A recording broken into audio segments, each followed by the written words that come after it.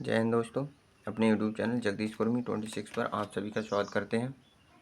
अब तक हमने हिंदी ग्रामर की वीडियो नंबर 2 पढ़ चुके थे, जिसमें हमने रस कंप्लीट किए थे। आज हम अपनी इस वीडियो में पढ़ेंगे अलंकार, और भाग नंबर है 2।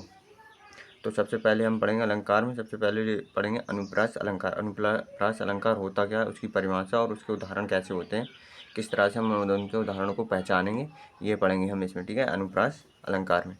अनुप्रास अलंकार की परिभाषा क्या है? जहाँ वर्णों की आवृत्ति होती है वहाँ अनुप्रास अलंकार होता है।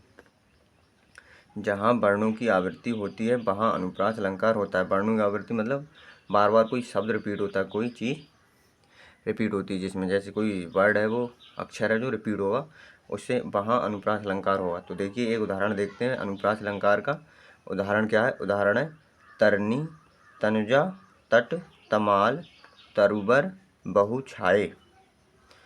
तरनी में भी ता है, तनुजा में भी ता है, तट में भी ता है, तमाल में भी ता है, तरुबर में भी ता है। देखिए, एक शब्द की बार बार पुनरावृत्ति हो रही है, सही है, आवृत्ति हो रही है।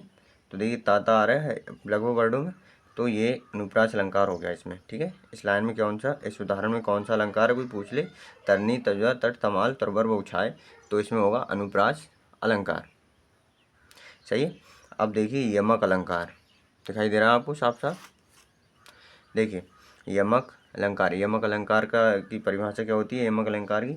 जहाँ कोई शब्दांश या शब्द, जहाँ कोई शब्दांश या शब्द एक से अधिक बार आता है, एक से अधिक बार आता है किंतु अर्थ अलग अलग होते हैं, वहाँ यमक अलंकार होता है। यमक अलंकार की परिभाषा क्या है? जहाँ कोई शब्दांश या शब्द एक से अधिक बार आता है किंतु अर्थ अलग अलग होते हैं, वहाँ यमक अलंकार होता है। ये तो होगी इसकी परिभाषा। अब इसके उदाहरण से समझा दें कि यमक अलंकार होता क्या है। देखिए इसका उदाहरण क्या है? उदाहरण है काली घटा का घमंड घटा।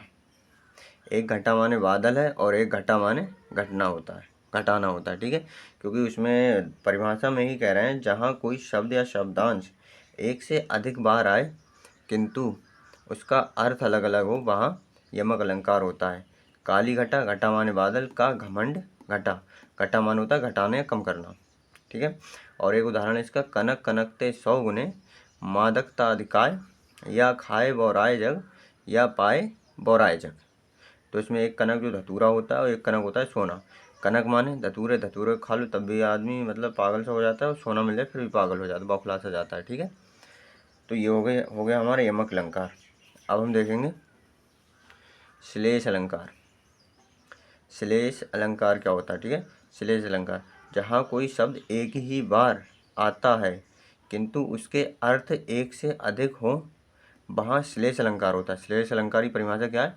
जहाँ कोई शब्द एक ही बार आता है किंतु उसके अर्थ एक से अधिक हों, वहाँ श्लेष अलंकार होता है। उदाहरण देखिए चरण धरण चिंता करत, चितवत चारों ओर, सुवरन को खोजत फिरें, कवि व्यभिचारी चोर।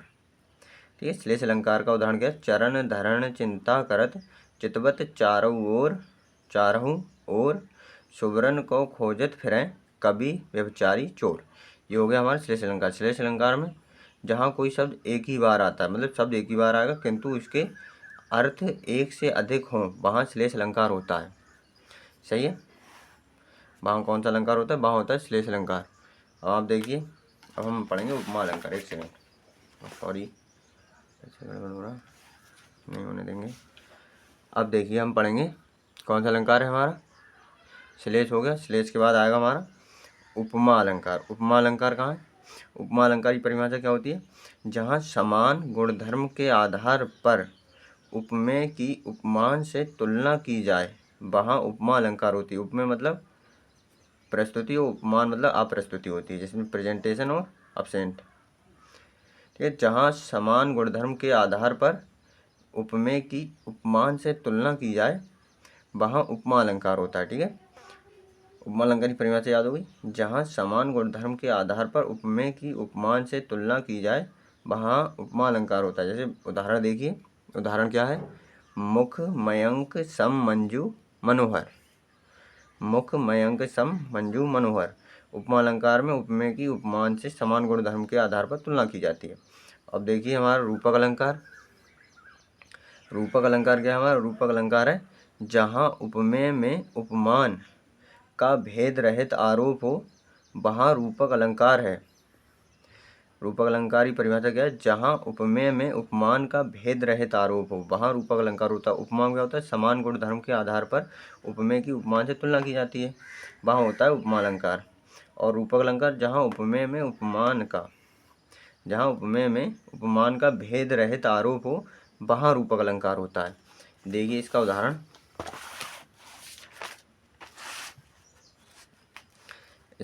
देखिए इसका उदाहरण क्या है? चरण कमल बंदो हरि राई।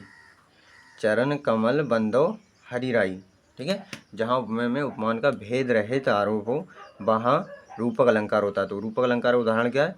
चरण कमल बंदो हरि राई। छठा देखिए, छठे नंबर पर कौन सा अलंकार है? छठे नंबर पे उत्प्रेक्षा अलंकार। उत्प्रेक्षा अलंकार की परिभाषा क्या है? दिखाई दे रहा है आपको?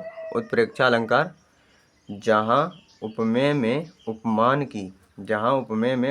की संभावना की जाए, वहाँ उत्प्रेक्षा अलंकार होता है। जहाँ उपमेय में उपमान की संभावना की जाए, वहाँ उत्प्रेक्षा अलंकार होता है। उत्प्रेक्षा अलंकार का उदाहरण देखिए। धाय धाम काम सब त्यागी। धाय धाम काम सब त्यागी, मानव रंक निधि सब लूटन लागी। उत्प्रेक्षा अलंकार जहाँ उपमेय में उपमान की संभावना की जाए, वहाँ उत्प्रेक्षा अलंकार होता है। देखिए उपमा अलंकार में क्या था? समान गुण धर्म के आधार पर उपमेय की उपमान से तुलना की गई थी। और रूपक में था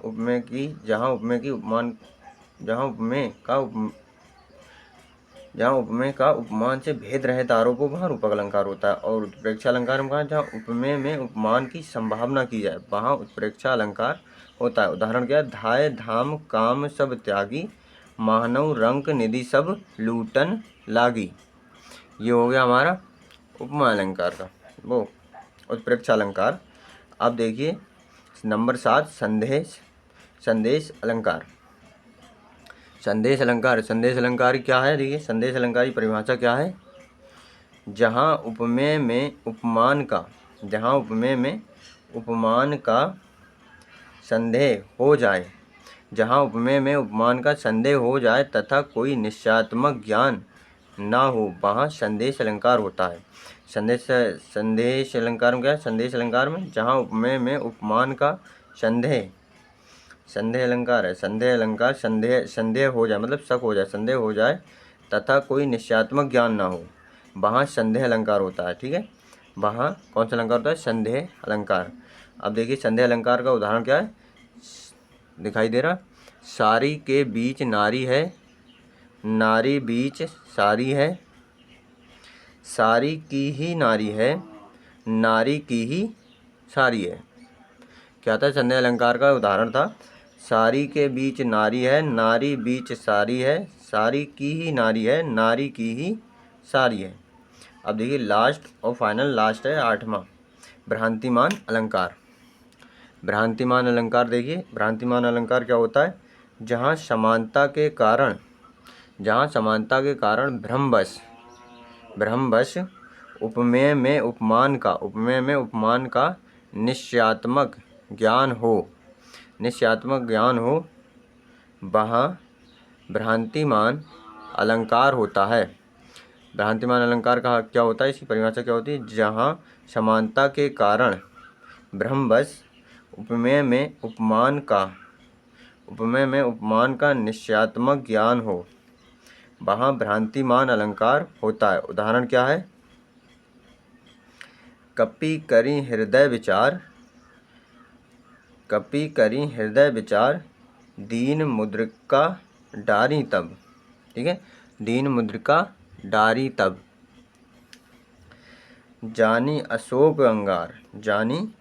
अंगार, सिए हर्ष उठी गयु। भ्रांतिमान अलंकार क्या है? कपि करी हृदय विचार, दीन मुद्रिका डारी तब, जानी अशोक अंगार, सिए हर्ष उठी गयू।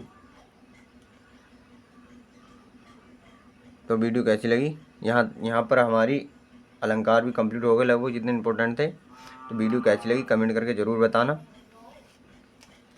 अच्छी लगे तो अपने फ्रेंड सर्कल में भी शेयर करना ना भूलना। कल हम अपनी वीडियो में पढ़ेंगे छंद। तो मिलते हैं हम अपनी नेक्स्ट वीडियो में, तब तक के लिए धन्यवाद।